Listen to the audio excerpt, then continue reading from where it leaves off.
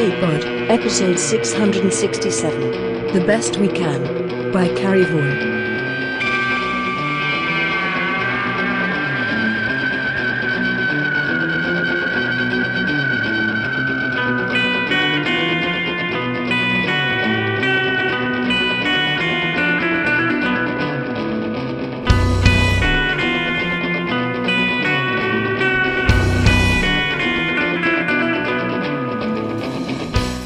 Hello, and welcome to Escape Pod, your weekly science fiction podcast.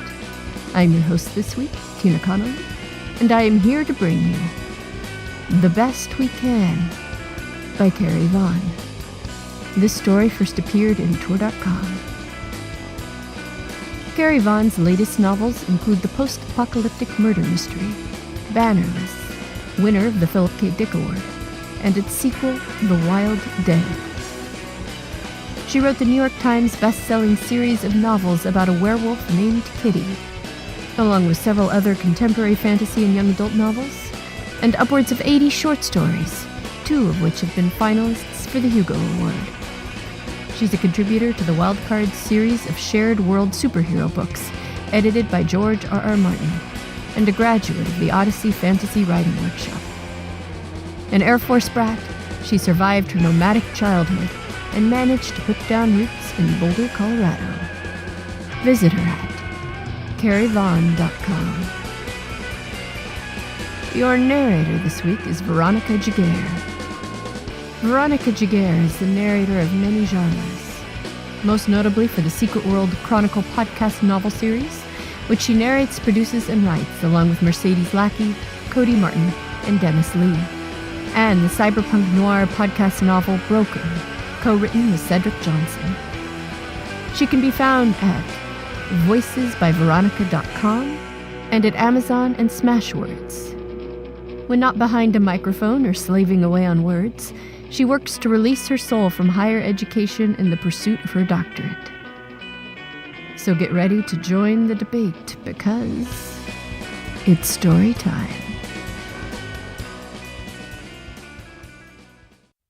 The Best We Can. Written by Carrie Vaughan. Performed by Veronica Giguere. In the end, the discovery of evidence of extraterrestrial life, and not just life, but intelligence, got hopelessly mucked up because no one wanted to take responsibility for confirming the findings, and no one could decide who ultimately had the authority, the obligation, to do so. We submitted the paper, but peer review held it up for a year. News leaked. NASA announced one of their press conferences, but the press conference ended up being an announcement about a future announcement, which never actually happened, and the reporters made a joke of it. Another case of Antarctic meteorites or cold fusion. We went around with our mouths shut, waiting for an official announcement, while ulcers devoured our guts. So, I wrote a press release.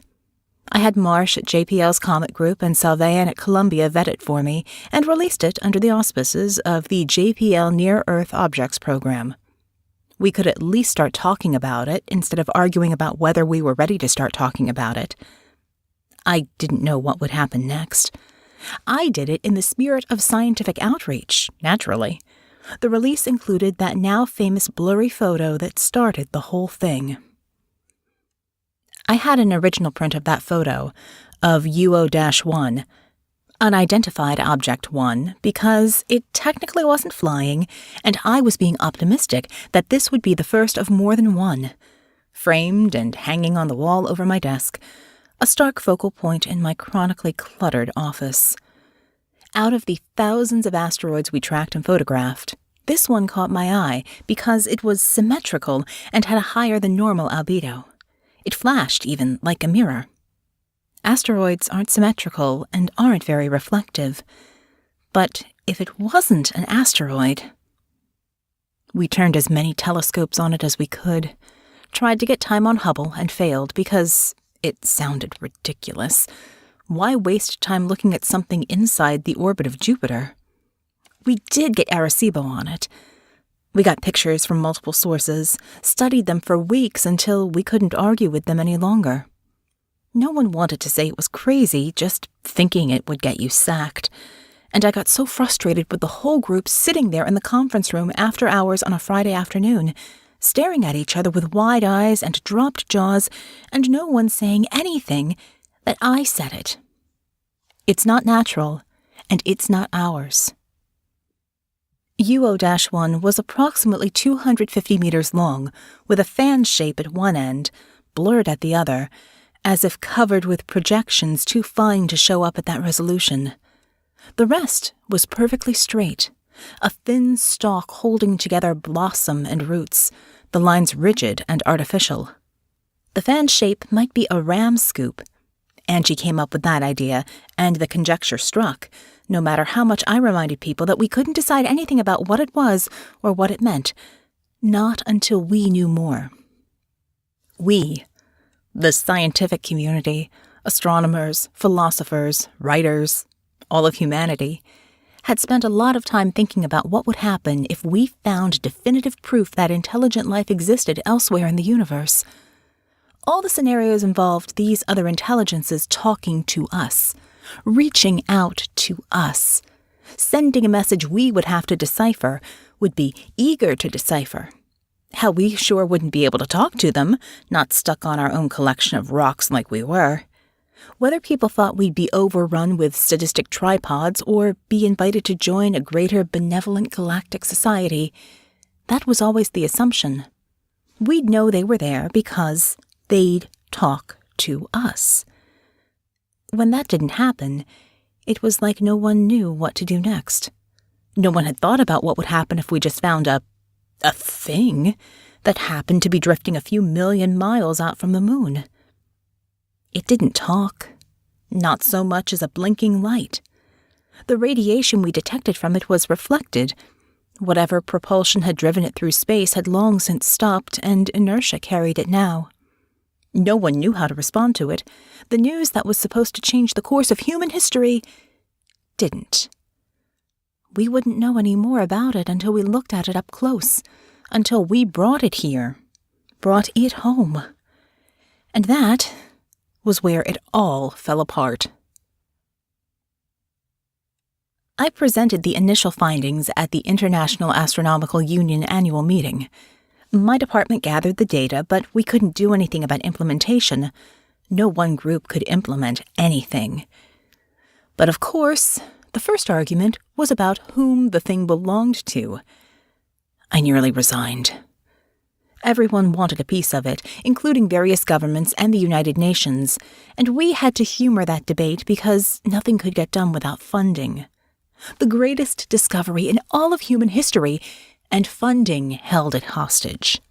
Several corporations, including the producers of a popular energy drink, threatened to mount their own expeditions in order to establish naming and publicity rights, until the U.S. Departments of Energy, Transportation, and Defense issued joint restrictions on privately funded extraorbital spaceflight, which caused its own massive furor. Meanwhile, we and the various other groups working on the project tracked UO-1 as it appeared to establish an elliptical solar orbit that would take it out to the orbit of Saturn and back on a 20-year cycle. We waited. We developed plans which were presented and rejected. We took better and better pictures, which revealed enough detail to see struts holding up what did appear to be the surface of a ram scoop. It did not, everyone slowly began to agree, appear to be inhabited. The data on it never fluctuated. No signals emanated from it. It was metal. It was solid. It was inert. We published papers and appeared on cable documentaries. We gritted our teeth while websites went up claiming that the thing was a weapon, and a survivalist movement developed in response. Since it was indistinguishable from all the existing survivalist movements, no one really noticed. And we waited. The thing is, you discover the existence of extraterrestrial intelligence, and you still have to go home, wash up, get a good night's sleep, and come up with something to eat for breakfast in the morning. Life goes on. Life keeps going on, and it's not that people forget or stop being interested. It's that they realize they still have to change the oil in the car and take the dog for a walk. You feel like the whole world ought to be different, but it only shifts. Your worldview expands to take in this new information. I go to work every day and look at that picture. My picture.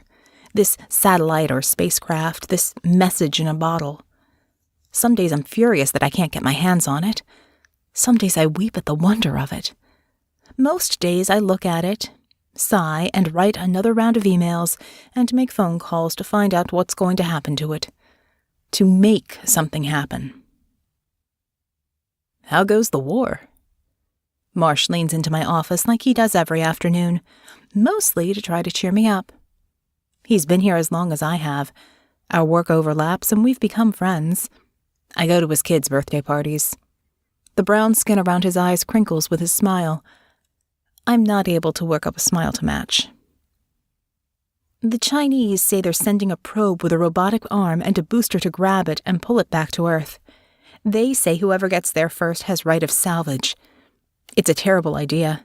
Even if they did manage to get it back without breaking it, they'd never let anyone else look at it. Oh, I think they would, under their terms. He doesn't get too worked up about it because nobody's managed to do anything yet. Why would they now? He would say I take all of this too personally, and he'd be right. The IAU is sending a delegation to try to talk the Chinese government into joining the coalition. They might have a chance of it if they actually had a plan of their own. Look, if you want me to talk your ear off, come in and sit, have some coffee. Otherwise, leave now. That's your warning. I'll take the coffee, he says, claiming the chair I pulled away from the wall for him before turning to my little desktop coffee maker. His expression softens, his sympathy becoming genuine rather than habitual. You backing any particular plan yet? I sigh. Gravity tractor looks like our best option. Change the object's trajectory, steer it into a more convenient orbit without actually touching it.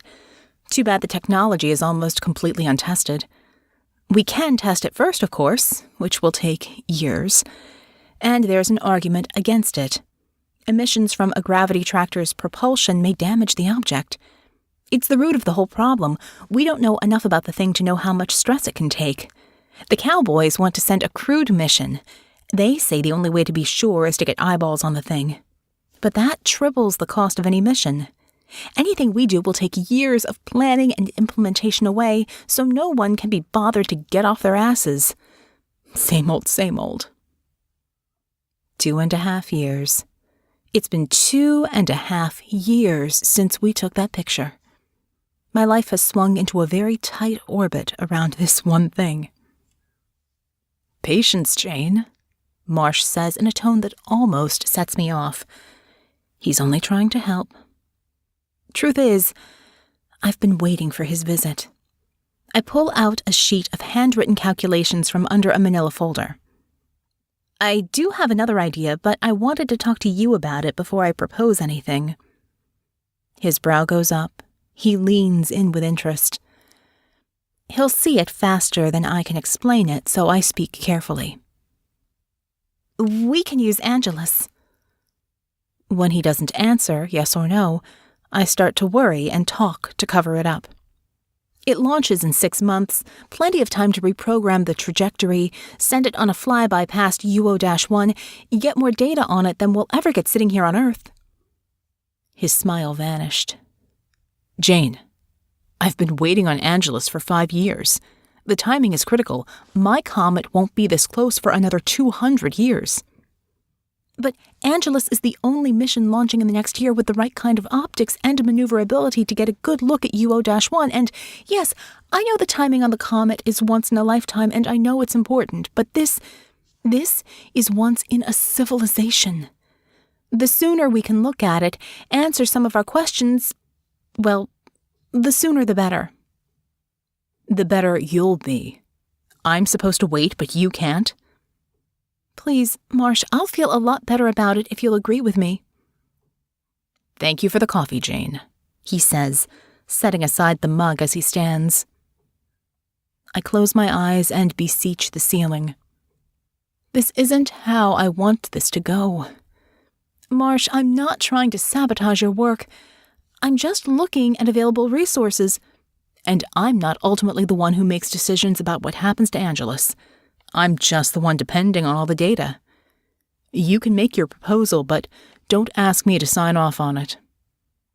He starts to leave, and I say, Marsh, I can't take it anymore.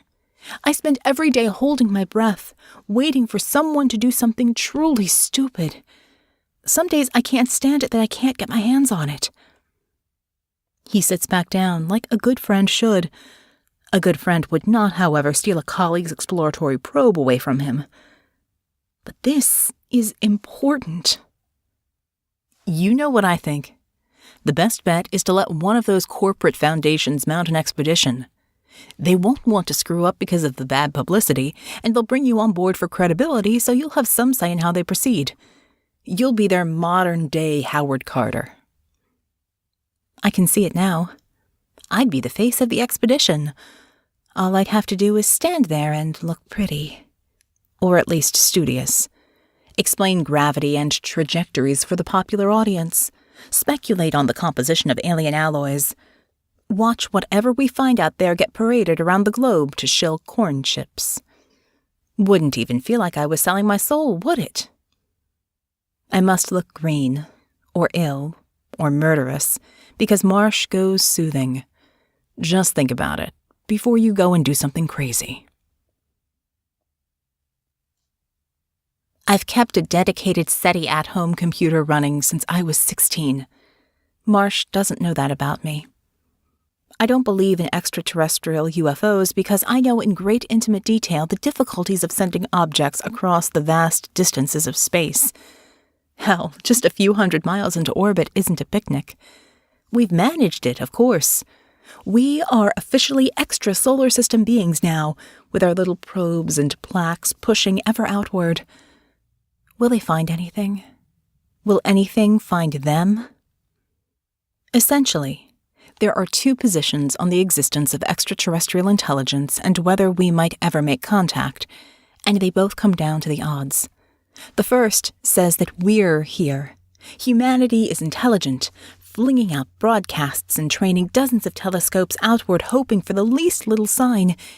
And the universe is so immeasurably vast that, given the odds, the billions of stars and galaxies and planets out there, we can't possibly be the only intelligent species doing these things. The second position says that the odds of life coming into being on any given planet, of that life persisting long enough to evolve, then to evolve intelligence, and then being interested in the same things we are, the odds of all those things falling into place are so immeasurably slim, we may very well be the only ones here. Is the universe half full or half empty? All we could ever do to solve the riddle was wait. So I waited, and was rewarded for my optimism. In unguarded moments, I'm certain this was meant to happen. I was meant to discover UO-1. Me, and no one else. Because I understand how important it is. Because I'm the one sitting here every day, sending emails and making phone calls. I ID'd the image. I made the call. I had the guts to go public. I deserve a say in what happens next. I submit the paperwork proposing that the Angelus probe be repurposed to perform a flyby and survey of UO-1. Marsh will forgive me. I wait. Again. I've kept track, and I've done 150 TV interviews in the last 2 years. Most of them are snippets for pop documentaries, little chunks of information delivered to the lowest common denominator audience.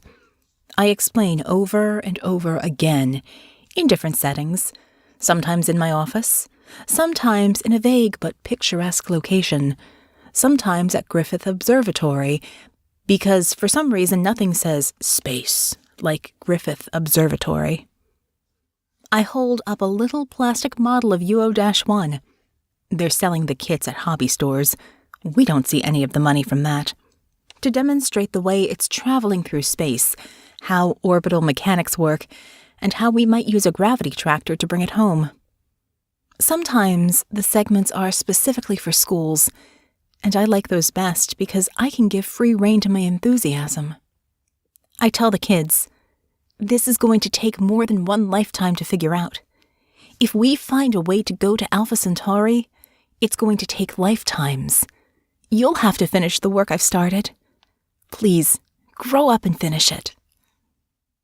I call everyone I can think of who might have some kind of influence over Angelus. I explain that a picture of a metal object taken from a few million miles away doesn't tell us anything about the people who made it, not even if they have thumbs or tentacles. Most of them tell me that the best plan they can think of is to build bigger telescopes. It's not the size, I mutter. It's how you use it. NASA thinks they will be making the decision because they've got the resources, the scientists, the experience, the hardware.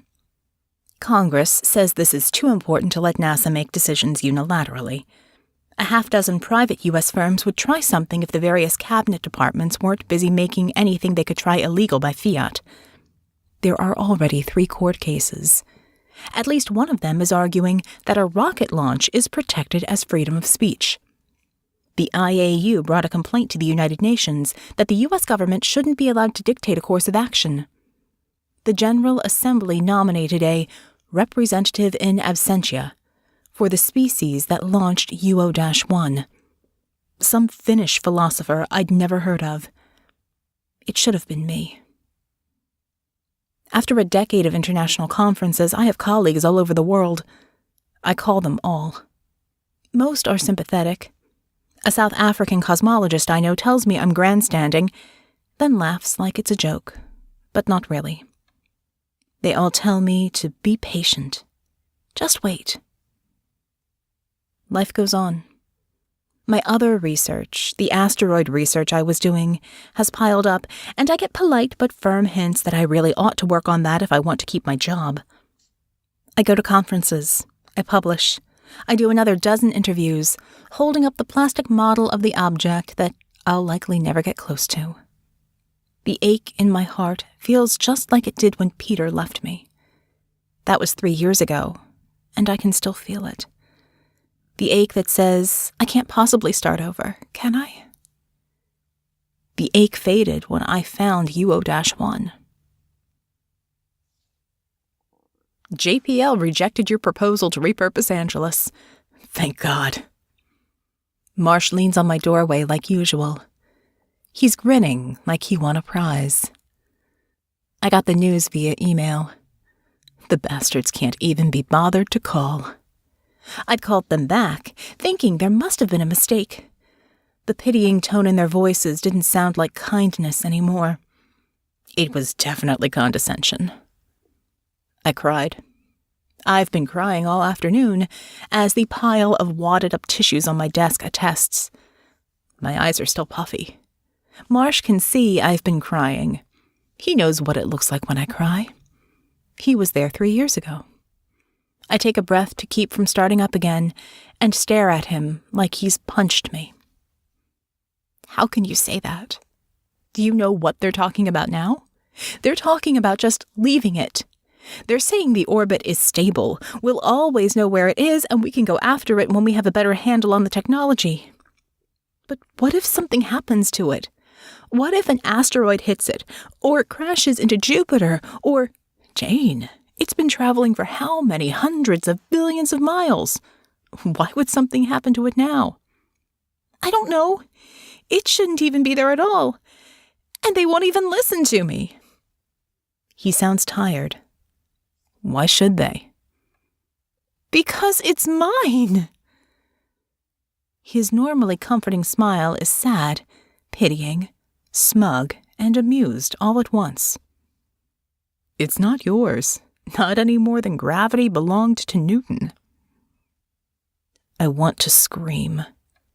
Because maybe this isn't the most important thing to happen to humanity. That's probably, the invention of the wheel, or language. Maybe this is just the most important thing to happen to me. I grab another tissue. Look at the picture of UO-1. It's beautiful. It tells me that the universe, as vast as we already know it is bigger than we think. Marsh sits in the second chair without waiting for an invitation. What do you think it is, Jane? Be honest. No job, no credibility, no speaking gig for Discovery on the line. What do you think when you look at it? He nods at the picture. There are some cable shows that will win you credibility for appearing on them. There are some that will destroy any credibility you ever had. I have been standing right on that line, answering the question of what is it as vaguely as possible. We need to know more, no way to speculate, etc. But I know. I know what it is. I think it's Voyager. Not the Voyager. Their Voyager. The probe they sent out to explore, and it just keeps going. He doesn't laugh. You think we'll find a plaque on it? A message? A recording? It's what I want to find. I smile wistfully. But what are the odds? Gershwin, he says. I blink, but he doesn't seem offended by my confusion. He leans back in the chair, comfortable in his thick middle-aged body, genial, someone who clearly believes all is well with the world, at least at the moment. We've had 14 billion years of particles colliding, stars exploding, nebulae compressing, planets swarming, all of it cycling over and over again. And then, just the right amino acids converged, life forms, and a couple of billion years of evolution later, we get Gene Kelly and Leslie Caron dancing by a fountain to Gershwin, and it's beautiful. For no particular evolution-driven reason, it's beautiful. I think, what are the odds? That they're dancing, that it's on film, and that I'm here watching and thinking it's gorgeous. If the whole universe exists just to make this one moment happen, I wouldn't be at all surprised.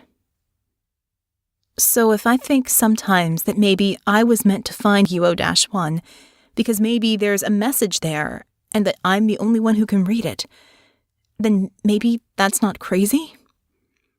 Like thinking that the universe sent me UO-1 at a time in my life when I desperately needed something to focus on, to be meaningful. Oh, no, it's definitely crazy. But it's understandable.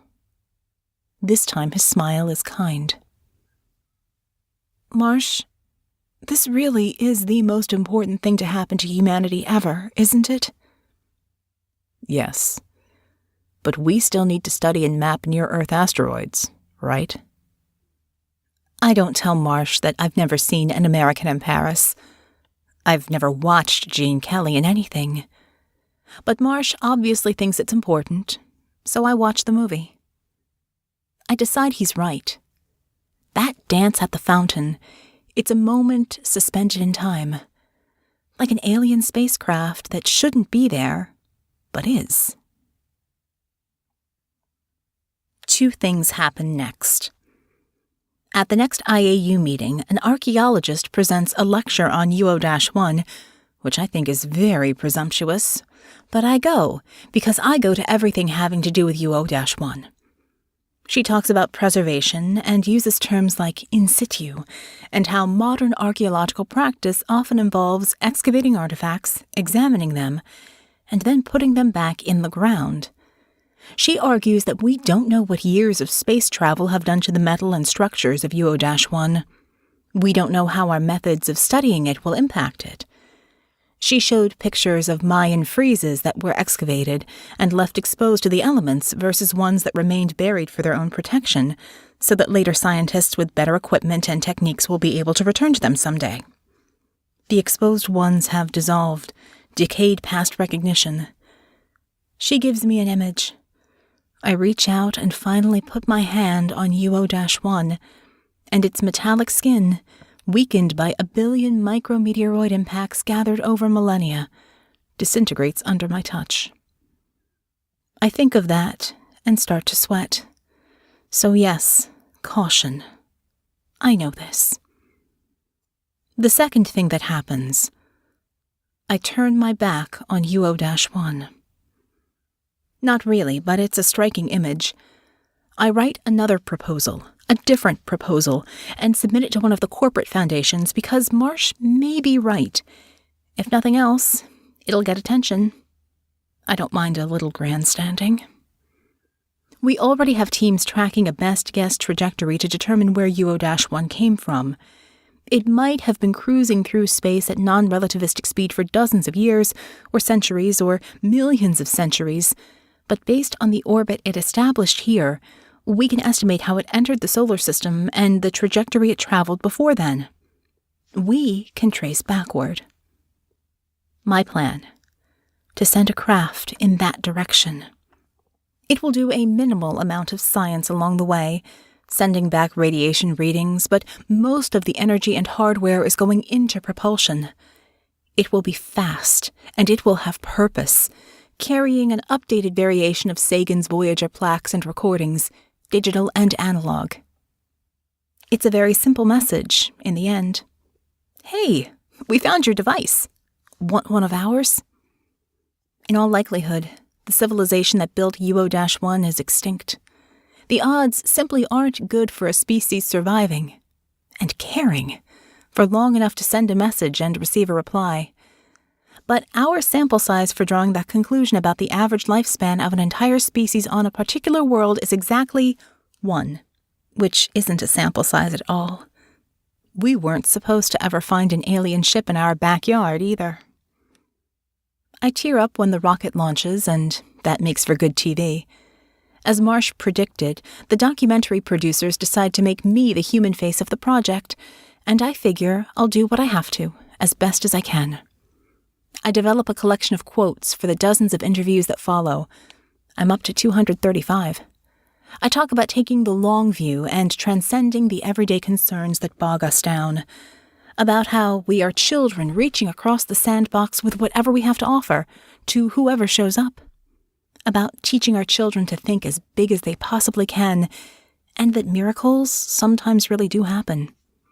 They happen often, because all of this, Gershwin's music, the great curry I had for dinner last night, the way we hang pictures on our walls of things we love, are miracles that never should have happened. It's a hope, a need, a shout, a shot in the dark. It's the best we can do. For now.